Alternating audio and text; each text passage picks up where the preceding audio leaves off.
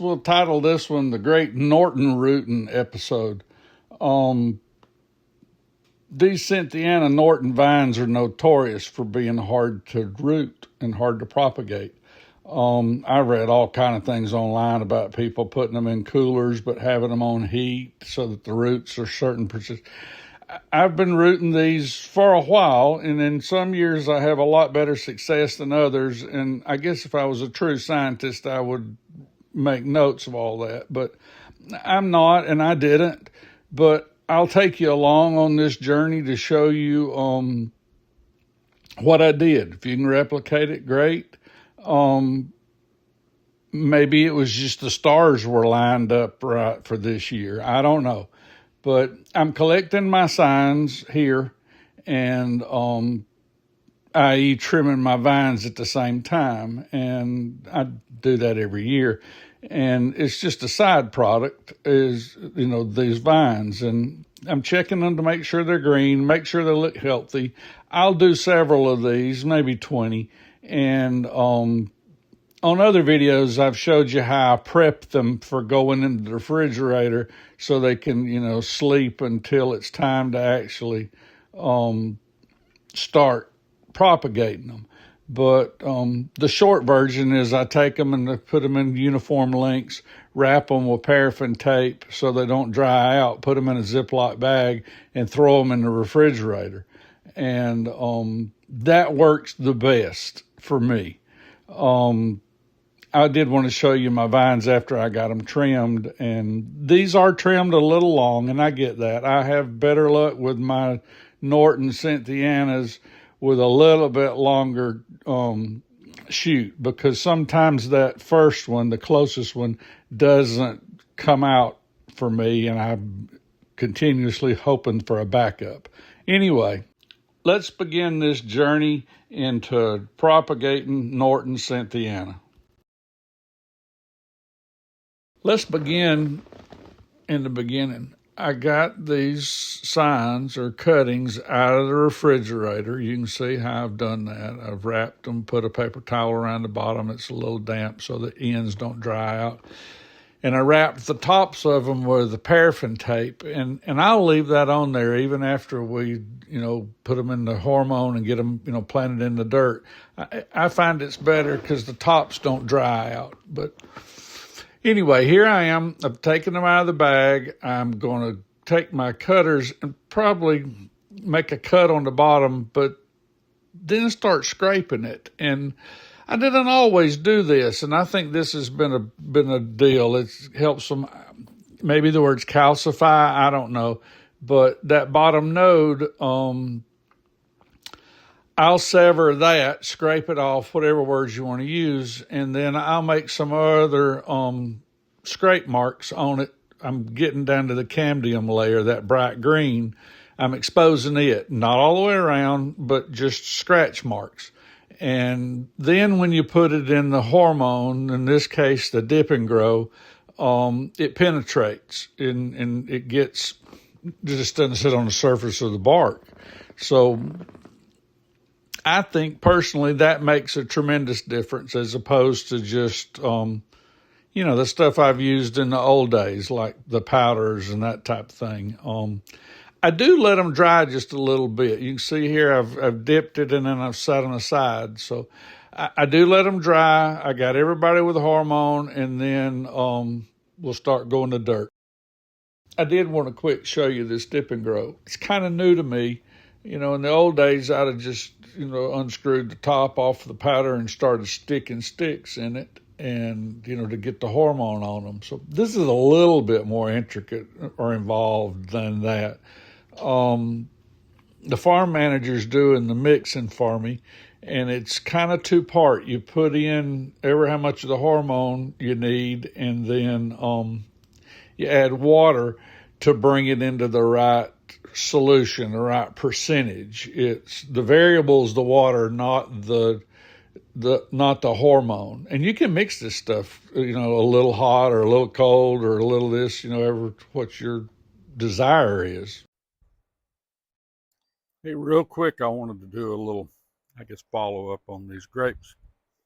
I showed you when we were rooting them, and they were just cuttings. And they've done amazing this year. Especially these Cynthianas, I always have a really hard time getting those to root. It looks like most of them, if not all of them, are going to take. So far so good. Hey everyone, today I'm going to replant some grapes. There's an earlier video. I don't know if I'll make it part of this one or separate ones, but earlier we showed you rooting these grapes, and they're ready to move into their own pot so that maybe they can get a deal and get started growing. So that's what I'm going to do today. I'm going to start with carefully trying to get these guys out of this dirt without destroying them. They got roots, but they probably don't have massive roots, and they don't. But those are nice, just to be, I don't remember exactly what they are, but they're probably 3 weeks old. So that's good. And what's neat here is you can see where they decided to root. Where I made those score marks, this is thrown roots all the way out. A lot of times people will just cut the bottom, dip them in some root hormone, and go. But if you'll notice, not much of the root came out of that bottom cut. Most of the roots came out of the score marks. So I guess that's the reason to do score marks. You get more roots. And as we look through these, we'll kind of, that's following the same pattern, which is nice. The amount of success that I had, these are Nortons. Some people call them Cynthianas. I have had a horrible time getting these to root. This is usually what I get. I've been trying about 5 years, and I have a bunch of these. But for whatever reason, I personally think it's the dip and grow, because I can make it a little bit, I could control how strong to make the hormone, how much hormone to expose it to. And I turned these up pretty hot, and it made roots. So there we go. Okay, we're going to give everybody a pot, and that way for the rest of this year they should that should be plenty of volume of dirt for them to expand and grow, and then hopefully get them transferred into the ground for where I live around October, November. They can grow roots all winter, and then they'll be ready to go next year. So let's do that. My potting soil is not ideal. We've had a lot of rain, maybe like 7 inches, and everything's wet. But this is fine. It won't, because of what it is. If this was just dirt, I wouldn't start this wet, because it would if it's clay, it'd just turn into a rock. But this is just potting soil. It's probably, I think the bag's a Miracle Grow. So, it's probably, I don't know, a lot of percent pine bark. My point is it's not going to compact. It's there'll be plenty of loose soil for these to grow roots in.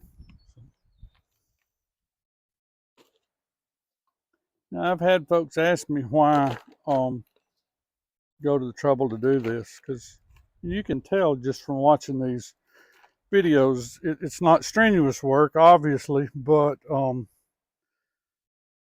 it takes time. I've got a little time invested in these, from harvesting the stems when I trim my grapes back in in January and February, and the other videos I showed you where we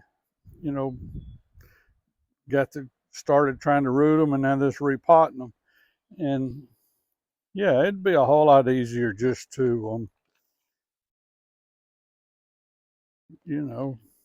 give a nursery, and I'm not knocking the nursery business, but if you wanted to do a few of these, 20, 30, I'm probably up to more than that. I think I've got about 80 grapes and almost 200 muscadines set out. It would get expensive paying $12 to $15 a piece for grapevines. So that's one reason I do it. I kind of like the knowing how and seeing what works and what doesn't work. My grandparents and great grandparents that lived in this area, they did this out of necessity. There wasn't many wholesale nurseries that you could call up and have plants delivered. I've told you this before, but in this part of the lower Appalachians, most of the time you got a cutting from a neighbor. One of your neighbors may do grapes. One of your neighbors may graft apple trees. Everybody kind of had today we'd call it a niche. And they traded around with each other. You take and I'll trade you these grapes for these pear trees or whatever you had. So I have found enjoyment in learning to do this, and I guess in some ways cheating. I use hormones that they didn't have. There's probably a lot of different ways, but it's still the same product. I enjoy doing these plants, and I give most of them away because I'm about out of room. I don't have a clue where I would put another 45 starts. So I'm sure these will all be given away. But it's kind of neat to, I don't know, on some level, I guess it's kind of neat to see how they did it, and if you can, replicate it. Sometimes you just get enjoyment out of, a month ago, that was a stick, just a dead looking, lifeless stick. And we've brought it to here, and we'll see. It'd be neat to follow this all the way through and show it for 2 or 3 years until it started bearing grapes. I don't know if I have the fortitude to do that, but we'll see. All right, that's enough yapping. Let me get to work. I'll show you one more, and then there's probably going to be 14 or 15 of these. I won't make you watch all of that because it'll be the same thing over and over. But one more. I just kind of suspend that plant in the dirt where I want the roots to be in the root zone. Then kind of pack it and get it, so we don't have air. And gentle. These are just probably the most fragile that these will ever be. And I wouldn't have probably planted them up this early, but they were kind of yellowing. And when you're all in one big pot, everybody probably doesn't get the right nutrients and the right volume. So I'm being really careful with them and getting them all in their individual pot. All right, I'm about to go on break, and that really just means I'm going to reload with dirt and start over again. But I wanted to show you ever how many that is, 15, and how they look before they're potted up. Here's an example of before, and then that's after. And I hope that that's enough for about 5 or 6 months, because I'd like to go from here to the ground. And, what's the phrase? The best laid plans of mice and men. That don't necessarily mean that that'll work out that way, but that's my hope. Thanks for watching. Tune in for more, really exciting stuff like this, and see you next time. Hey, thanks for watching, and if you would, take a second to hit the subscribe button for us. It helps us a lot. I appreciate it.